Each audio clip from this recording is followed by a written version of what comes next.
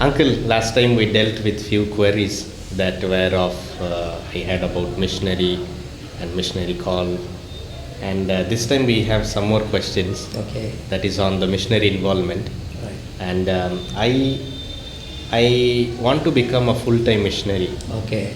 but I don't know whether it is God's calling for my life. Mm. So will you help me to identify that? Yeah, I think that's a very, very, very important question. A lot of young people face this. They are not very sure about their calling for full-time ministry. So, it's very important to know whether really God has called them or not. Because sometimes emotionally we make a decision and that may not be right. Okay. And you may not stick on in the missionary movement if you are coming with an emotional commitment. So it's always good to know what exactly is God's will for us, how to know God's will in regard to this call. So the very first thing is, you should have a deep desire in your heart for missions. That's where it all begins. God will put that zeal in your heart for missions. That's the first step. So as you see that the interest is being developed for missionary work in your heart, the second thing you need to look for is, God should confirm that through His Word. Okay. As you meditate God's Word every day, God should speak to you in relation to that, in relation to your desire, in relation to your commitment that you have, the burden that you have. So it's always good to wait upon the Lord and say, Lord, please confirm this calling or confirm this commitment or conviction that I'm having through your word. Okay. So God definitely speaks through the word, because God's will never contradict God's word. Yes. You understand? So God has to confirm it with His word. That's the second step. And the third thing the person has to realize is, are the circumstances favorable towards this kind of a ministry that I'm thinking of? So at that level, the very important factor is, you need to observe very carefully about the open doors and the closed doors. Okay. What are the doors that the Lord is opening for you, and what are the doors that the Lord is closing for you? We need to be very, very careful about that. If there is any way that God do not want you to go, He will close the door that way. Okay. But don't push open when God closes a door. Yeah. Yeah. And when God clearly opens one door, you should be able to go through that by faith. Okay. That's very important. Okay. So open doors and closed doors. And at that level, it also means that if your parents are believers, and if you are sharing with your parents, God should also confirm it with your parents about your call. Okay. Because they are also believers and they are also praying for you. They want to see that you are in the will of God. Okay. So God even speaks to them. So wait until God speaks to your parents. That is also one way of finding the circumstances favorable. Okay. So when you talk about circumstances, it's not only open doors and closed doors, but also your parents' approval on that. If your parents are believers. Right. And then, as you keep thinking about this missionary work, as you keep getting involved into this kind of work, you will experience 100% peace of mind, peace of heart. And that is the sign of God's will for you. Okay. So wait until you experience that peace. And then you are sure that called by God. Uncle, IEM stands for Indian Evangelical Mission. Yes. Now, if I join IEM, can I serve God abroad? That's a very interesting question. Some people, they have their own preconceived ideas about missionary work, and they have their own personal desires. Rather than being a broad-minded Christian, it's always good to be a broad-minded Christian. That's what we need to think first of all. But even after saying all this, if there is a specific country that God has placed a burden in your heart about a country, or a specific ministry in some country, IM is happy to send you there. Okay. But do not look for the outer glory of any country and try to be there in the name of ministry. That's not right. That's not right. Even we have missionaries coming with a burden to serve among the people in Ghana, in Malawi, in Nepal, Indonesia, Burma. We have couples coming like that to IE. They have a specific burden for a specific group of people in a specific country. Okay. IM has considered those people, and we have put it in prayer and prayerfully selected those, considered those applications also. So there is a possibility if God has been leading you towards that. Uncle, how much will IM pay me if I join as a missionary? If you talk about IEM or any missionary movement, it's a faith venture basically. We live by faith. But you should remember, and today we are very proud to say that IM is very happy to take care of all the expenses, living expenses of a missionary, the housing, the children's education, the medical aid, or any ministry needs or travel needs of the missionary, that will incur in the missionary work. Okay. So there will be no need of no lack of anything when you come into the missionary organization like IEM. Okay. But believe that, trust that, you need to work by faith. And God is providing every single pie by faith every month to IEM. Okay. So we also support missionaries only by faith. Yeah. And all these 55 years, IM has not lacked anything, and no missionary was in lack of their expenses. Okay. So I would boldly say that the Lord will provide everything that you need. Amen. Uncle, sometimes I'm not sure whether I should join or whether it is really the call that God has placed me. So can I join IM for a short term, and then based on that I can decide whether I need to continue? Yeah. When people say short term, some young people have a different notion. Missionary work, going to a mission field is not for a picnic. You don't go for a picnic, because many of the tribal lands are very beautiful. Yeah. In their scenery level. If you look at it's beautiful places there, valleys and mountains, and such a beautiful place we have. For example, you go to Andhra Aruku Valley, such a beautiful place. You go to Himachal Pradesh, if you go to the Himachal Pradesh, different valleys you have. Beautiful locations we have. But don't go for a picnic. But if you are very keen on a missionary work, it is always good to have an exposure to the missionary work. Okay. So like you said, it's very good to go as a short-term worker. Go for a short period of 1 month or 2 months and see the lifestyle of a missionary, see which conditions that he is living among, or among which people group that he is serving, and what kind of people group they are. And if you have that short-term exposure to any mission field, then after that, you will be able to come to a conclusion whether you really want to be a missionary or not. Okay. That will give you a clarity about a cross-cultural ministry, rather than an emotional decision or decision without clear understanding.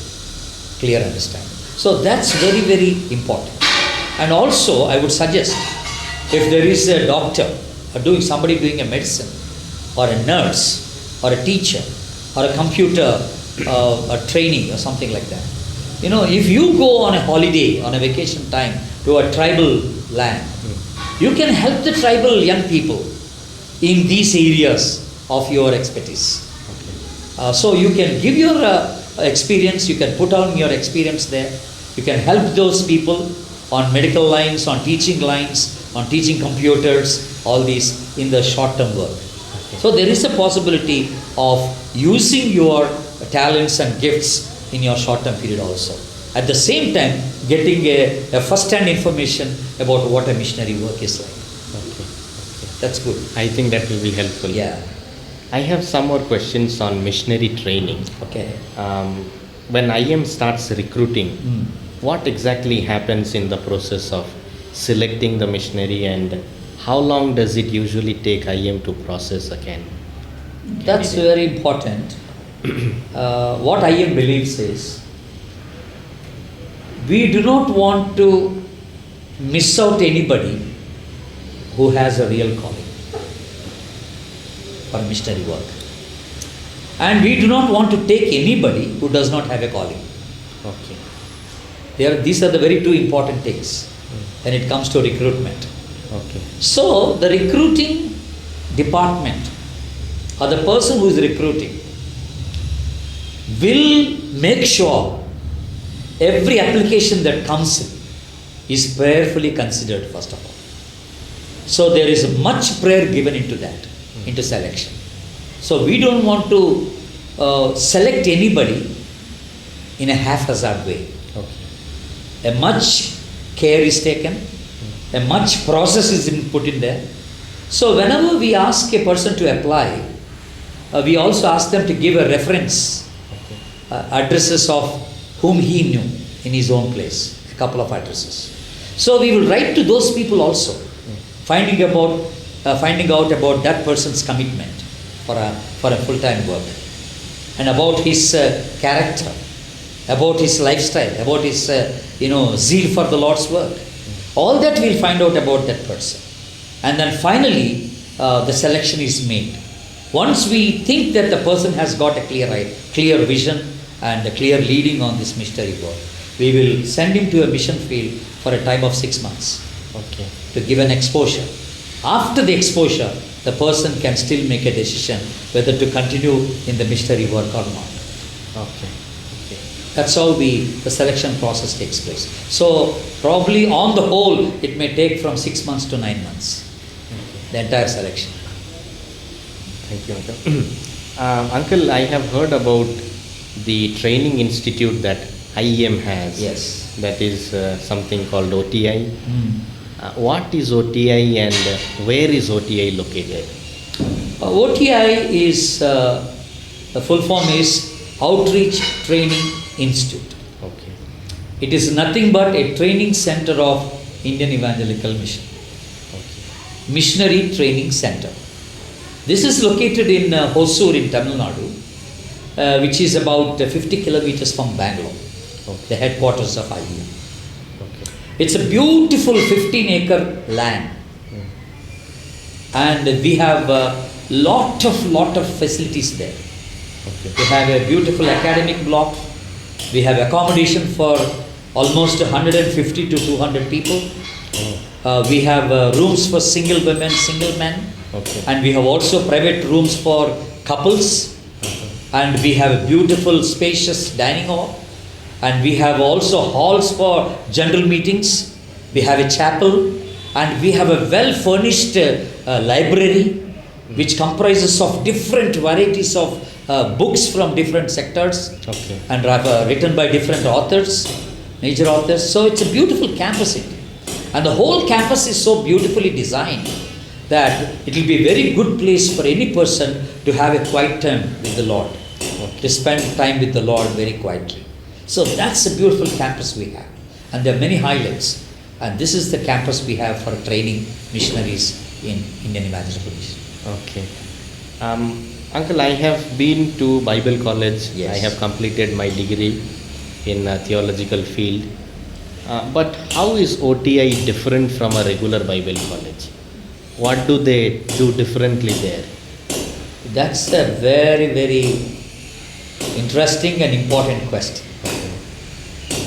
What exactly the Bible colleges do is, they give a theological training to the people who apply them. Okay. But what does IEM do? IM, we give a missiology training. Okay. Training in missions, we call it. Okay. Training in cross-cultural communication. Okay. See, our goal and our purpose is to reach the unreached. We work among the tribal people in India. That's the main basic goal of ours. So we want our missionaries to be ready for that kind of a ministry. So we train them in the cross-cultural ministry, which means that we give training on linguistics, how to learn a new language, and we train them in the study of the people, which we call it anthropology. Anthropology, linguistics, phonetics, anthropology, cross-cultural communication, all these subjects, you don't see that being taught in the Bible colleges, in the regular Bible colleges. These are specific subjects which are specifically tailor-made for the missionary trainees. Okay. So this is how the missionary training will differ from a Bible college training. And we also have expertise, senior missionaries, and those who have experienced in the missionary work for many years. Such people also come. Besides our own IM missionaries, we have others coming and teaching out of their experience to the missionaries in the training program. Okay. So it's a well organized, well tailor made program for the missionaries. Okay. Uncle, some of my friends are missionaries, not with IM, but can they come to OTI for this kind of training? Yes. OTI also gives specific trainings for a specific group of people. Okay. For example, we have certain organizations, we have certain churches requesting us to give the campus at times, and not only giving the campus, but they also request us to conduct programs for them, specific programs. Like, if a church has got a lot of their pastors and evangelists working, they would ask us to give a training for those pastors and evangelists in line of missions and evangelism. So we have also specifically designed training programs like that. Okay. Coming in. Okay. But individually, all alone, you cannot come for any training like that. You cannot come. You can come as a group from a different organization or church. Okay. But if you are coming for a missiology course, you can come all alone. But that will be, you need to pay for that. Okay. It's like on payment, we give you training. Okay. And we do have organizations that are sending some of their candidates to us for this kind of a cross-cultural training. Okay. Uncle, is this missionary candidate course only for IM candidates? Yeah, basically the missionary candidates course is basically designed for IM. Okay. Those who apply for IM. But as I just told you, there are churches and other organizations, they also have a missionary wing. Okay. A mission wing in their churches and organizations. And they are also training their own missionaries. And they would like to have a full-fledged training from us. Okay. Because we are expertise in that. Yes. So they do send their candidates for us. So what do? We don't just train them for cross-cultural ministry, but we also prepare them in training as to how they need to be in a tribal setup. For example, we teach them first aids. We teach them we give a mechanical knowledge. We teach them how to cook. And we also teach them creative writing, things like that. So a lot of other activities are being taught in the MCC course. Okay. So it's overall full-fledged training course that we are talking about. So either an IM missionary or any other missionary from a different organization can avail this training. Okay. Uncle, how does IM help other missions to enhance their mission endeavor? Yeah, as I was just telling you, there are dioceses, churches, that have contacted us, that have sought our help, because they do not have such missionary departments in their churches or in their organizations. So they ask our help to train their own people or give some guidelines as to how this missionary wing has to be developed in their own churches. So we do have people coming in, not only coming in seeking our help, but also there are other organizations that come and take the entire campus, use our campus for their training programs also. Use our campus for their training programs. Okay. So this is how the entire IEM and the campus is been available and useful to many different kinds of people. And we are very proud that God has given us this beautiful campus, a beautiful setup, beautiful expertise. And today we were able to not only train our own people, but we were able to be a blessing to many other churches and organizations in India today. So all glory and honor to God as we think about this missionary training. Thank you, Uncle, for answering a lot of questions. I hope that by answering all these questions, most of the answers I have received, and I believe God will be helping us to decide on the mission, the missionary, and the involvement. And thank you so much for your time, Uncle. Thank you, Augustine, and they are very beautiful questions. One thing I want to tell to all those who are listening to this broadcast, I would encourage young people especially. If God is calling you for a cross-cultural ministry, don't close your heart. Don't close your mind for that. The God who calls you is faithful, and He will lead you, He will guide you, He will use you to be a blessing for many people. So if the calling is very clear, I would suggest you, I would encourage you to surrender your life to God, to come out for a full-time ministry. Because India needs young people today. India needs Jesus Christ today. And if you are a Christian, if you have accepted Jesus Christ as your personal Savior, as a young person, and if you want to be a blessing to people in India, make a surrender to God for a full-time missionary work. God will bless you, God will use you, and He will make you a blessing to many others. Thank you. Take care. Thank you.